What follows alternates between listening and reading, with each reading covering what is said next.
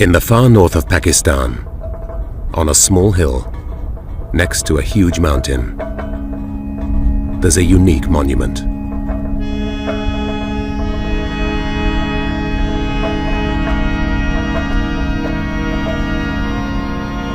It was erected in 1953 to commemorate a young American mountaineer, but since then many other names have been added to it.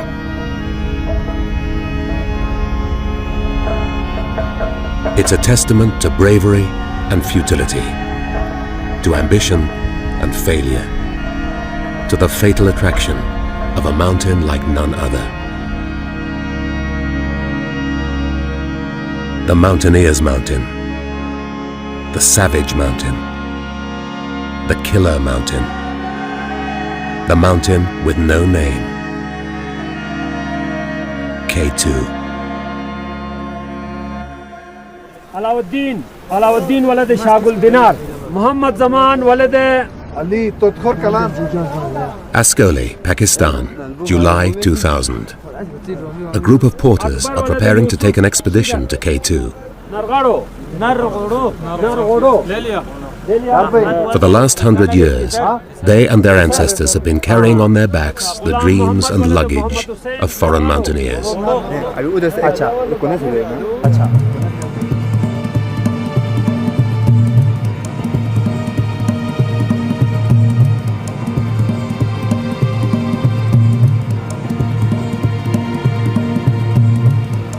Even today, K2 is incredibly difficult to reach. It's over 100 miles away from the nearest city, and the only way to get there is to make a long trek through the Karakoram Mountains, past some of the most spectacular and rugged terrain in the world.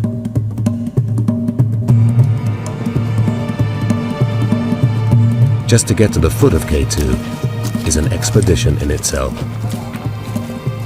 After 70 miles of walking up the Baltoro, you go around the corner, wham! Well, awesome is an overused word, but it is awesome. It was first measured by the British Survey of India. They christened it Karakoram 2, or K2 for short, and the name stuck. At 28,265 feet, it was the second highest mountain in the world, 800 feet shorter than Everest. It's the hardest and most dangerous. It's orders of magnitude more serious than Everest. So it's the prize. All the serious 8,000 meter mountaineers consider K2 the sternest challenge and the greatest prize. At the turn of the century, there were British and Italian expeditions to K2. But it wasn't until the 1930s that the first serious attempt was made on the mountain. It was led by the legendary climber Fritz Wiesner. Fritz was a good climber. He had this love for climbing that I've basically never seen in anyone else. Superb. He was unquestionably the greatest mountaineer in America. Too good. Fritz Wiesner was a German who had emigrated to America in the late 20s. He was daring and technically accomplished, and had astonished American mountaineers by climbing several peaks which had been thought impossible. We would go back when I was a kid to these cliffs. Sometimes he hadn't climbed for 15 or 20 years, and he knew all the handholds, and he'd yell down to you, and he was up above, and he'd say, "Where are you now?" And say, "Well, I'm just right here." And he'd say, "Oh, look about 2 feet above, and there's a handhold up there." And he had an uncanny memory for these climbs that he'd done, and each move that was important on the difficult parts of the climb.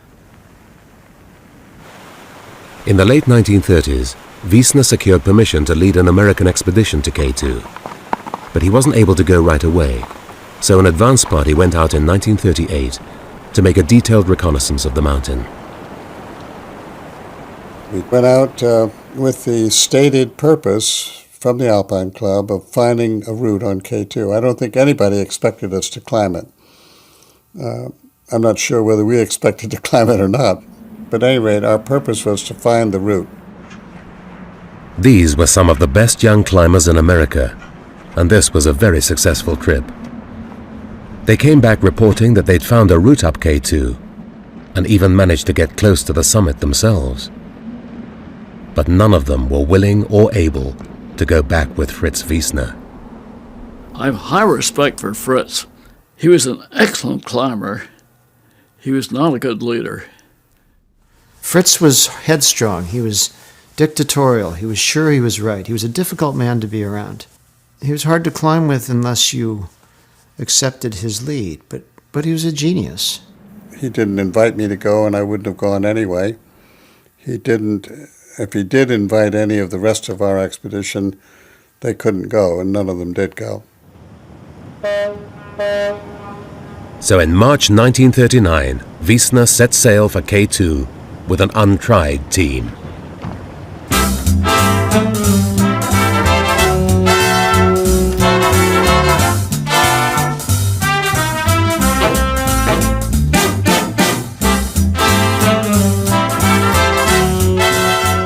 Two weeks later, they arrived in Pakistan and got ready for a long march.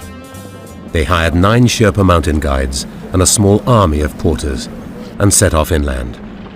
Now Fritz would find out what his men were made of.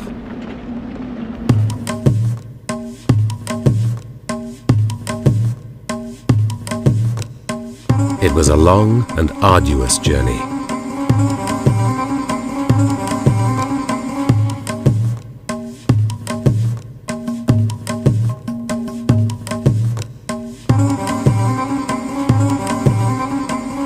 Apart from Wiesner, no one else had been to the Himalayas.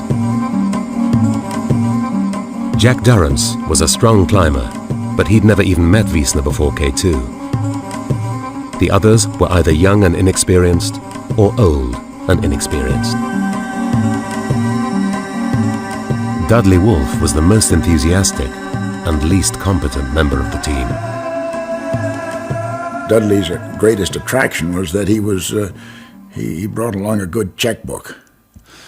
He was certainly not a great alpinist. Dudley Wolfe was a rich playboy who was a romantic at heart. He'd raced boats, hunted big game, and even done a stint in the Foreign Legion. He went to K2 in the aftermath of an unhappy divorce. Things that occupied Dudley were sailing, shooting, and mountain climbing. When Dudley came to Vermont to see my father, in the months before he left for the trip, he told us that he was going on the trip. My father said to me then, "I don't know why, but I think we'll never see Dudley again."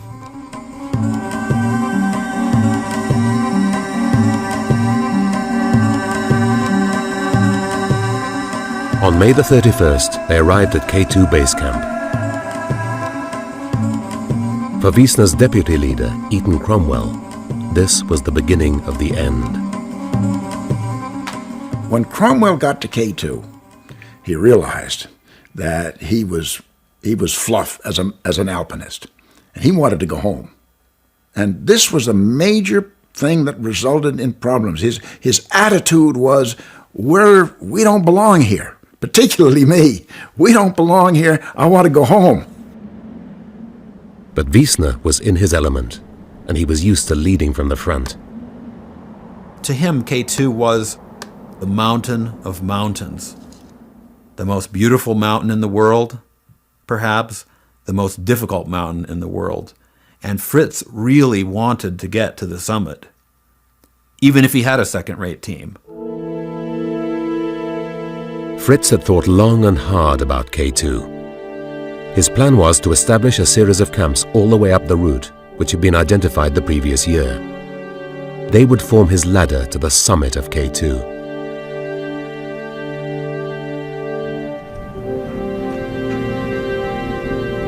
For a month, Wiesner cajoled, encouraged, and scolded his men up the mountain.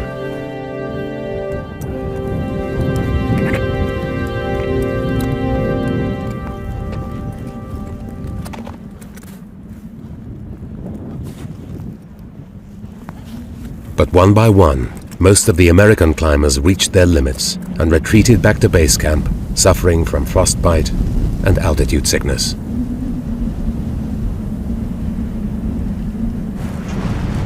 To everyone's amazement, apart from the Sherpas, Dudley Wolfe was the only man able to keep up with Fritz.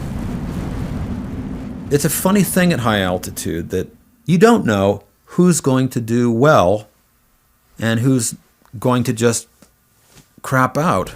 It's kind of ironic, but oftentimes a bigger, sort of heftier man actually does better than an athletic, skinnier one. The others warned Dudley that he wasn't good enough to go on. But Dudley didn't want to know, and Fritz was happy to let him carry on.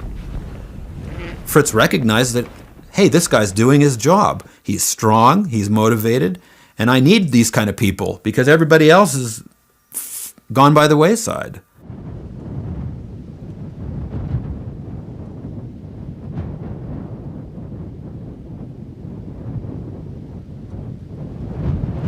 After 6 weeks of climbing, Fritz, Dudley, and one Sherpa, Pasang Lama, reached their 8th camp and were poised to make an attempt on the summit itself.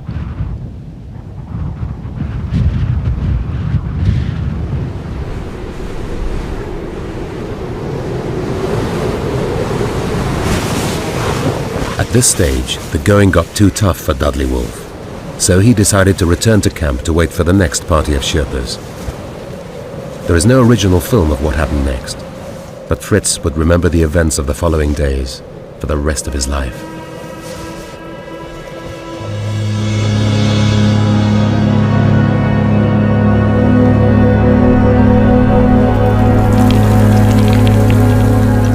At 6 in the evening on the 18th of July 1939, Fritz and Pasang found themselves 800 feet from the summit.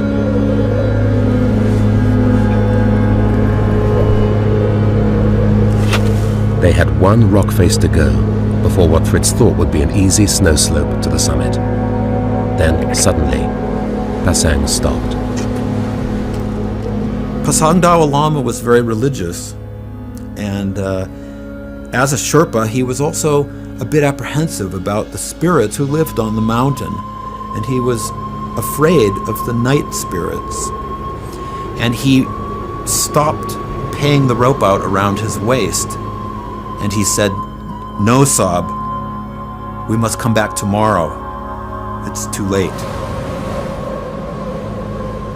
They were 700 feet below the summit, and if Pasang had wanted to go on, they would have made the summit, they would have come down, and it would have been by, 11 years, the first 8,000 meter peak in the world to be conquered. He could feel the summit, that close. 750 feet of easy climbing. Without oxygen, he was in, as he's told me, the shape of my life. He was one of the strongest mountaineers ever. A modern climber would have said, look, you just kind of wait there for a few hours, and I'm just going to dash up to the top and get the first ascent of K2, and then, I'll see you in 2 or 3 hours, and then we'll go down. But that was something that, you didn't do in those days. You didn't do that. Fritz was confident that they could come back for another attempt. But as they were abseiling down, both pairs of their crampons slipped off Pasang's rucksack and disappeared into the abyss.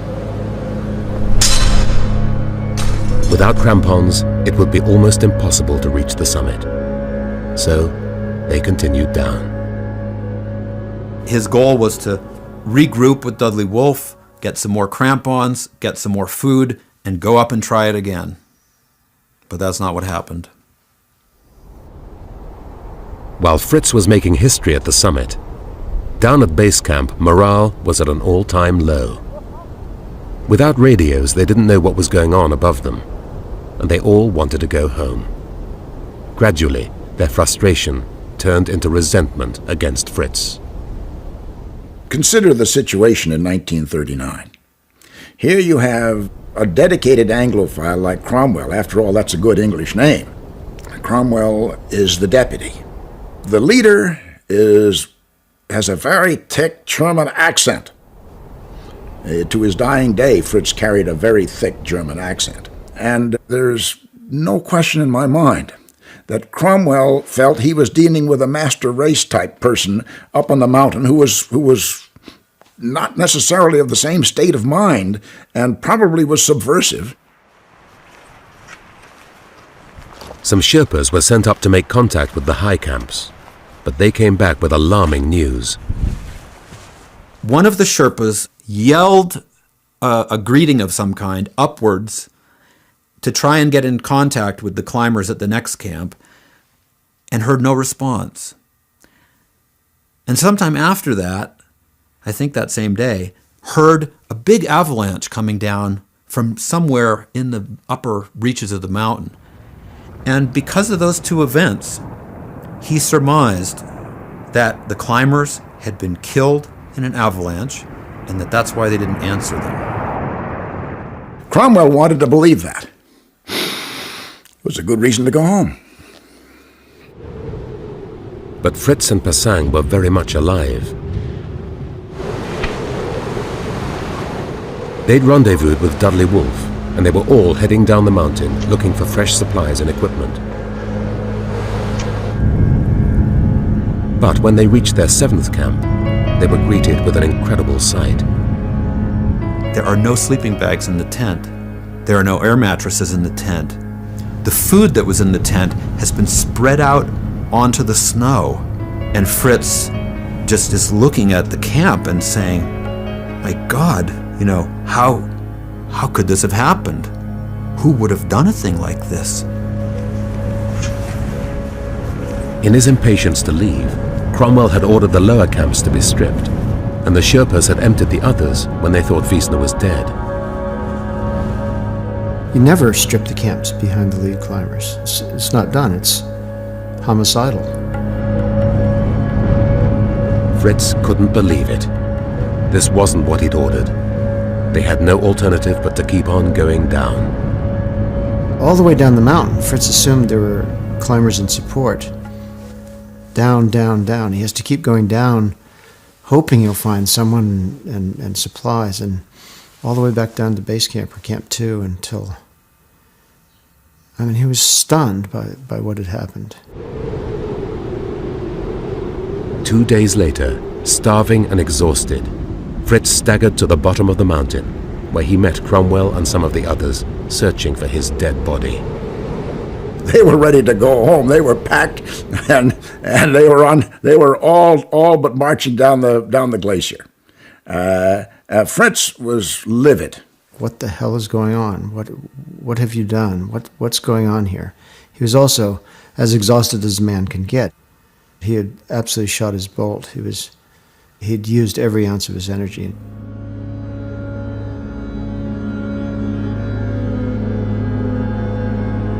Fritz still talked about making another attempt, but everyone could see that he didn't stand a chance.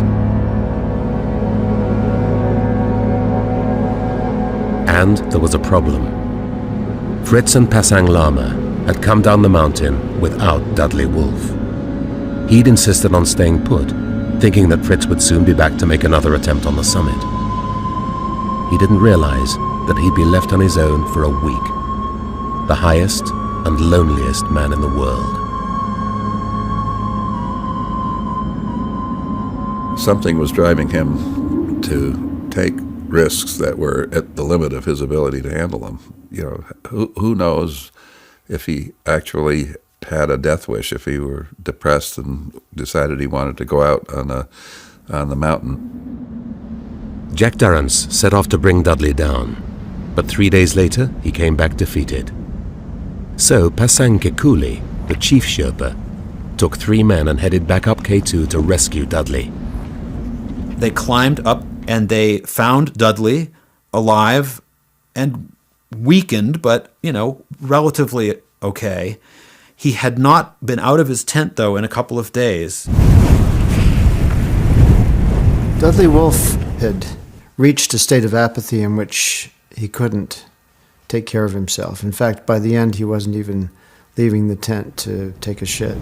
It happens a lot in the Himalaya that a climber will reach a state of apathy from being too high too long. The mental process goes bad. You get in a dream state. You sort of think, oh, well, I'll just rest a little longer. and it's fatal. Dudley Wolfe said, "I'll think about coming down tomorrow. Come back tomorrow." And so the Sherpas went back down to their camp at Camp 6, spent the night, went back up to Camp 7 the following morning. Only 3 of them went up on this particular day.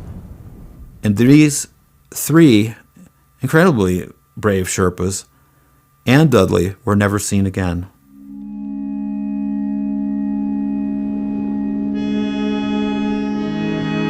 The 4th Sherpa returned to base camp terrified and distraught.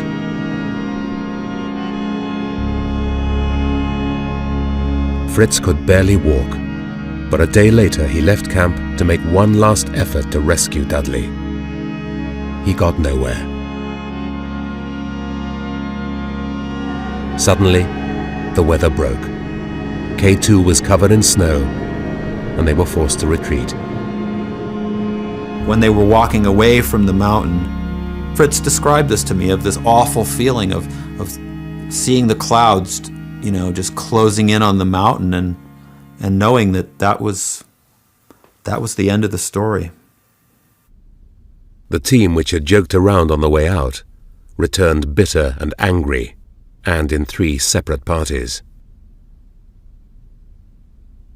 Back in America, Eaton Cromwell accused Wiesner of murdering Dudley Wolfe. And Wolfe's brother Clifford began an investigation into the events surrounding Dudley's death. It came to nothing, but in the winter of 1940, no one had much sympathy for Fritz Wiesner, a controversial German climber. He never, ever got over it. I mean, you could see the veins in his head sort of standing out, and he'd be pounding his fist on the table in his office desk, just reliving how bad it was, how traumatic it was, 50 years later.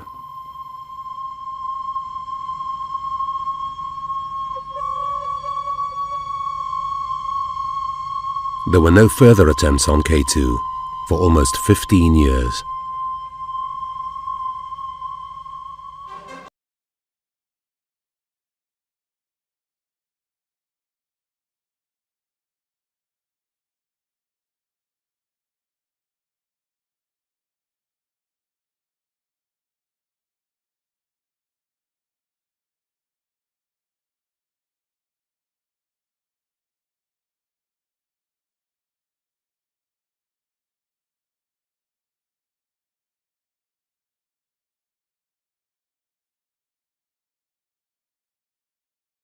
I'm Charles Houston.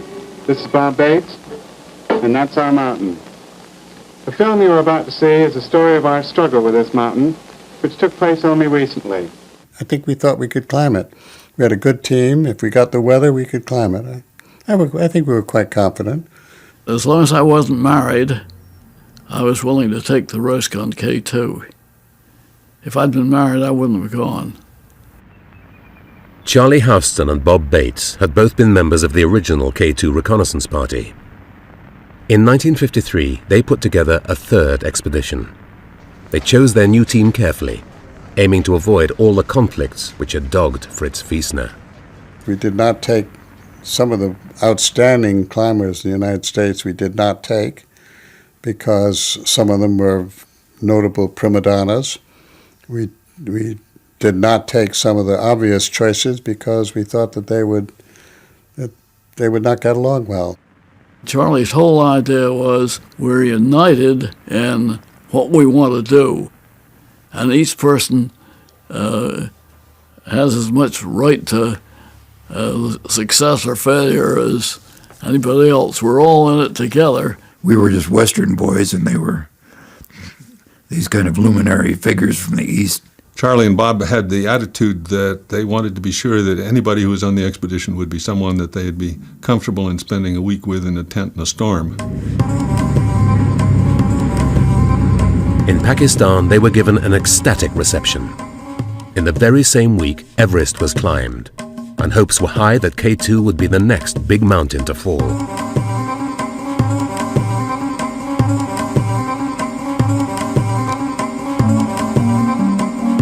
Rawalpindi, they were joined by the final member of the team, a British officer, Captain Tony Strether.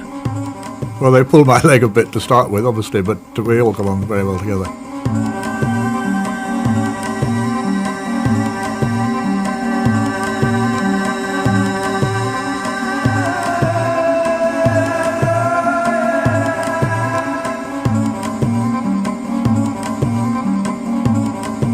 It took them 15 days to reach base camp.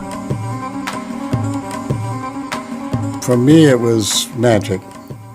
I think we were all immensely excited. It's so beautiful.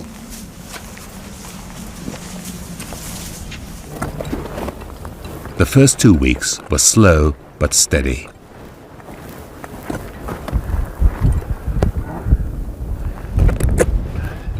They climbed 4,000 feet up the mountain and set up their first 3 camps.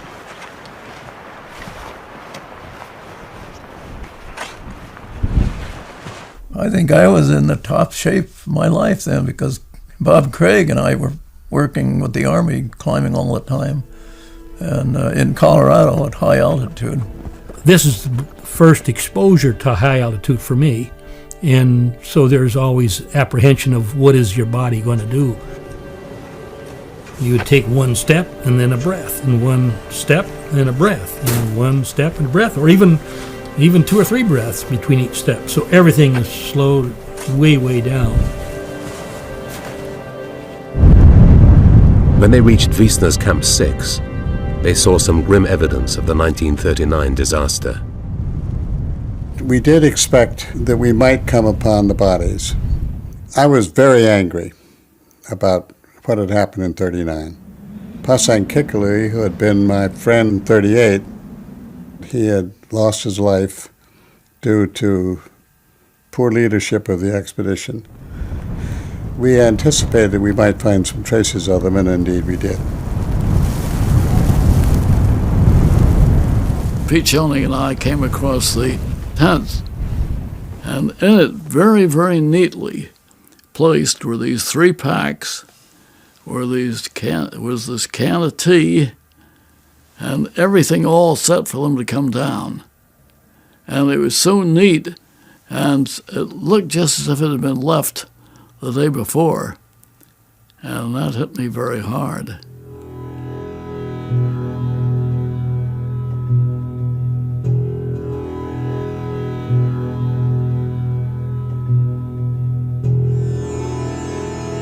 After 10 more days, they settled into their 8th camp. They were now 3,000 feet and 3 days from the summit, and spirits were high. We anticipated that we might have a little storm, but then we'd go to the summit. And it was then that we had a ballot to see who should be the first team and who should be the second team. We had a silent vote on it, and Charlie Houston and I were the only ones with children, so we eliminated ourselves right away. And by that time, I was realizing I probably shouldn't even be up here, worrying all the time. You can't go in these mountains and think about your family. We chose the teams and settled down, ready to go when the weather broke, but the weather didn't break. In the summer of 1953, the Karakoram Mountains were engulfed by a series of unusually bad storms. For days on end, Houston's team could do nothing but sit it out in their tents.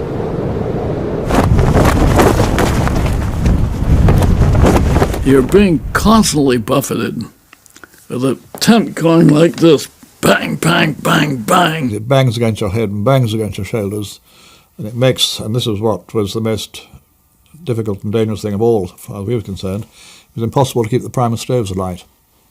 And so we couldn't produce liquid. And at those altitudes, because you were puffing a lot, breathing dry air, you need an immense amount of liquid to keep the body properly balanced. The storms continued day in, day out. The men became weaker and weaker, and then one of the youngest climbers, Art Gilkey, suddenly fell ill. On the way up, climbing up, he'd complained that he had a cramp in his leg, but he didn't pay much attention to that until maybe a day or 2 later, And then he came out of his tent and fainted. I have a photograph someplace that shows Art coming out of the tent and almost in the position of falling to the ground, which he did. We realized then that we had a serious problem on our hand. We knew that this is no place where anyone can get sick. It was clear that something was wrong with him, and I looked at his leg, and it's pretty easy to make a diagnosis of thrombophlebitis or blood clot in the leg. I'd never heard of it happening on a mountain. Of course, I'd seen it in my medical career, but I'd never heard of it happening on a mountain. But I knew that it was serious.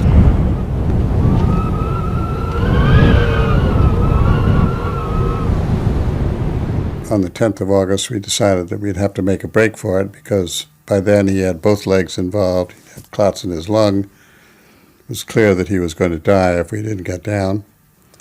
And so we started down. Charlie said, we've got to take him down. And somebody said, in the storm? And he said, it's life or death for Art. Nobody questioned that. They wrapped Gilkey up as best they could and prepared to lower him down the mountain. Their goal was Camp 7, 700 feet below them.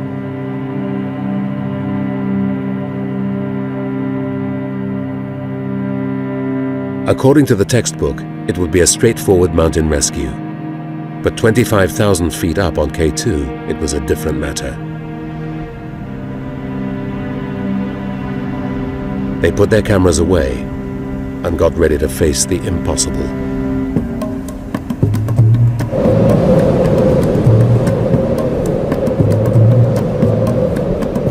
After several hours, they were still far from home.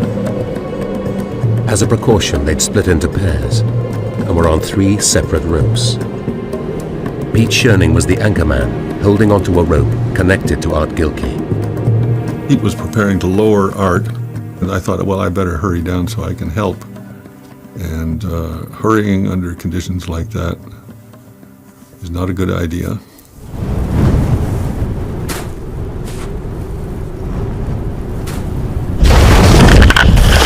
His rope slipped underneath Gilkey, but then it doubled around the 2 ropes across the slope. The weight came on the rope. I was just whisked off. I got my ice axe in just as hard as I could. And, of course, the next second I was flipped off.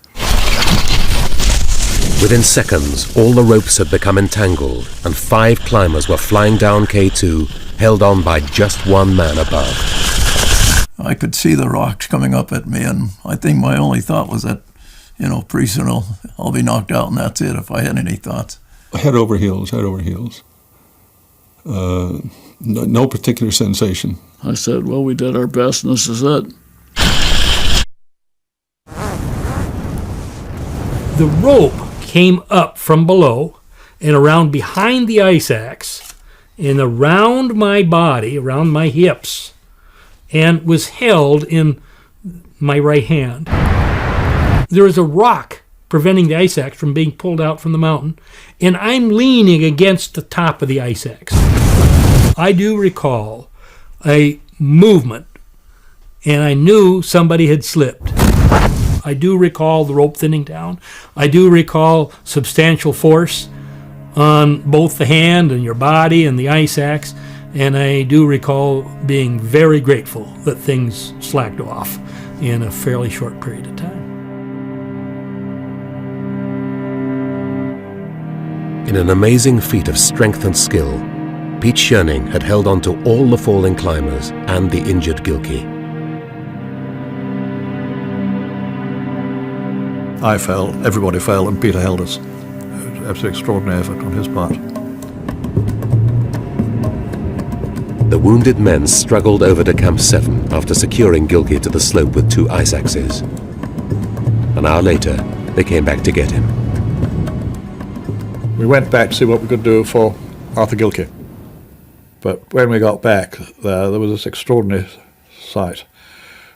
We'd not been able to wear our goggles, our snow goggles, all the day because of the snow wind and so on. So we were probably all slightly snowblind, and so everything looked a bit misty. But Arthur wasn't there, and we couldn't believe this initially. And then Bob Bates belayed me, and I went over actually to the spot where he was, and it looked completely different. There was a sort of gully running down, and the snow was all soft and roundabout. An avalanche must have come down and taken him away. By then we knew that our lives were on the line, so to speak. We had to keep going, and even though we just hoped that, I think individually, we just hoped that he hadn't suffered. Well, I think to a large extent, insofar as we were capable of feeling anything, we felt a sense of relief that we wouldn't have to return, and with everybody injured or in bad shape, why the thought of continuing to try and lower him down the mountain would have been more hopeless than ever. That night, 7 men crammed themselves into 2 tiny tents high on the shoulder of K2. A few weeks earlier, they'd posed for the camera happy and confident. Now, they were lucky to be alive. Charlie Houston had a broken rib and severe concussion. I don't remember the accident at all. I remember getting to the place where we fell, and then I don't remember that. I remember vaguely the night that we were in the tent. It was a terrible night, although fortunately the storm had stopped. And then I remember the next day. In the grey light of dawn, they started down the mountain. Worse was to come. Very quickly, we were climbing down very difficult rock through bloodstains and fragments of cloth and tangled ropes, which was where Gilkey had fallen. So for maybe 20 minutes, half an hour, we all had to climb down through this wreckage. We saw blood on the rocks for a long distance. I mean, splotches here and there. It was plain that he had passed over the route that we were going down, no doubt bouncing along in terrible style. After 2 more days, they reached House's Chimney, the most difficult piece of climbing on K2. Charlie Houston insisted on being the last man down. I expected him to come right away because he had no pack, and he didn't come right down. And that scared the life out of me after I got down, and the others too, and they began calling him to come down. It was my moment of truth, and I had begun to realize that I couldn't do it. It was dark, and I was still hurting, and I remember this much very clearly, although I've rarely said it. I remember saying, I'm going to jump off, because if I fall down there, I'll knock them down. They're waiting for me at the bottom. And I stood there for a while, just a short while they were shouting up to me to come down. And I said the Lord's Prayer and started down, and the next thing I remember, I was at the bottom. There they were, and that was it.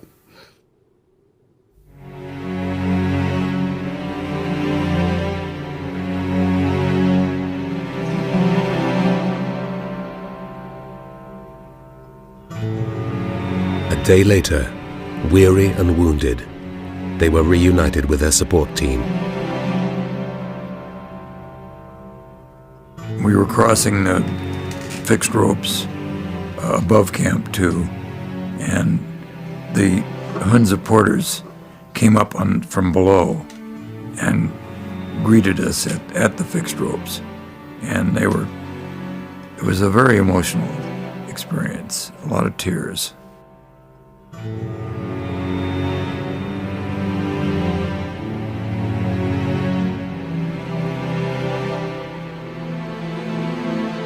It was really an extraordinary meeting, and they gave us food and drink and put us to bed, and next day we went on down to base camp. It was a wonderful, wonderful meeting.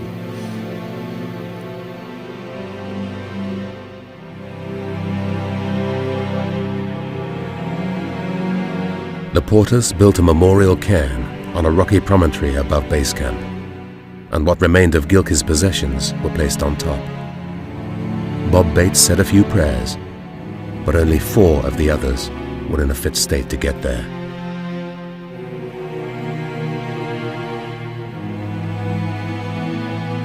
I don't really believe any of us thought that we could get him down. I don't know. I don't think anybody thought about what was going to be the outcome. I think we had made up our minds that we were going to try to get down no matter what, with him. But when I think back on what we had to go down, I don't think we had a chance.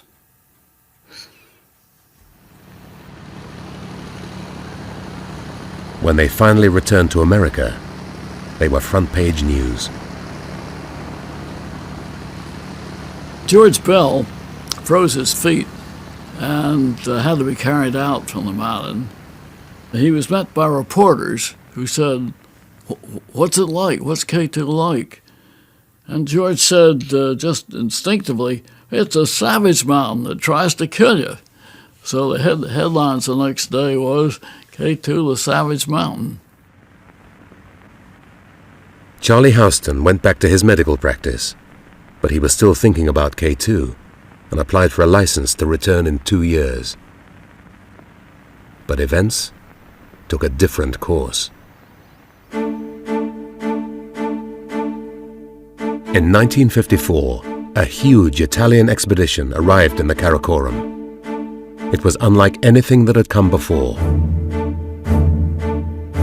700 porters, 16 tons of equipment, 3 miles of rope, and for the first time on K2, a huge supply of oxygen to get them to the top.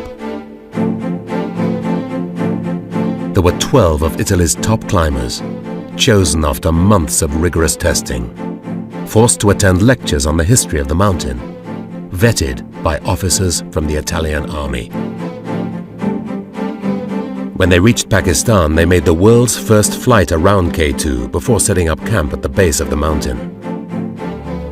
Their leader, Ardito Desio, said they weren't here to make an attempt on K2, they were here to conquer it.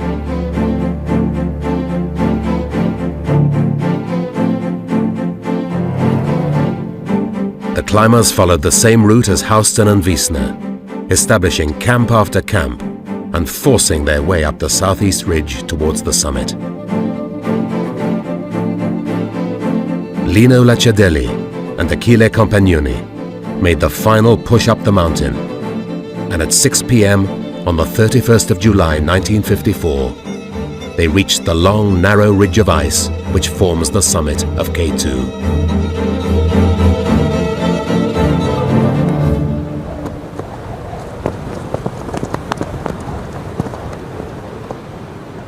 Sono arrivato in ginocchio, non sono arrivato. I got the summit on my knees.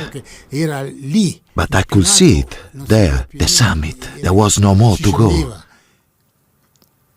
E ho pianto, diciamo così, e mi sono sentito And I was in tears. emozionato, talmente Very tanto emotional. che I stayed there for several minutes, just leaning against my ice axe to get my breath back.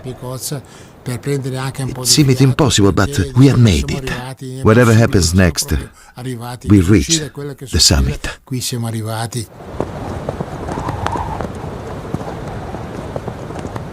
Allora ci siamo dati la mano. We shook hands, we looked around, saw Broad Peak and the other mountains, and we named them to check that we were thinking straight. Per sapere se si ragionava bene. But we never felt truly happy because we knew how difficult it would be to get down.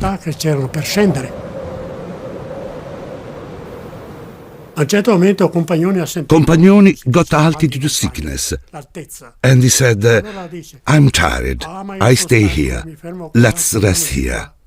I said, no, we are going down, and if you don't, I'll give you a bash with this ice axe. We had to be tough on ourselves. So he said, okay, put my gloves on, because neither of us could do it by ourselves. But the left came off and disappeared. So I said, here, have mine. And he said, all right then, let's go.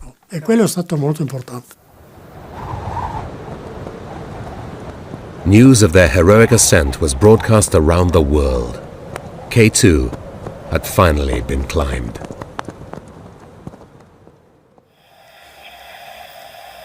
I guess, Charlie, you remember the next day rather vividly.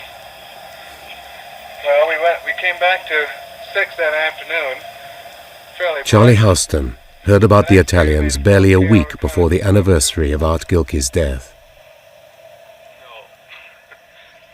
A year earlier, he'd been high on the mountain fighting for his life. Now, he suffered an episode of total global amnesia. He forgot about K2 and everything else. He forgot who he was, where he lived, what he did. He forgot everything. What happened was I found myself in a town 40 miles from where I lived, without any identification and not knowing where I was or who I was. And I wandered happily around, went to the hospital. They didn't give me the time of day, but a very sympathetic policeman arrived and looked me over, talked to me, and found that a label on my tie that I came from Exeter, New Hampshire. And he called the store and told them about me, and they said, oh yeah, that's Dr. Houston. So they sent over and brought me back, and it was a period of 24 hours of complete global amnesia. Charlie Houston recovered, but it was a turning point in his life. He went on to become a world expert in high-altitude medicine, but one of America's greatest mountaineers never climbed again. Finish. Been there, done that. That was it.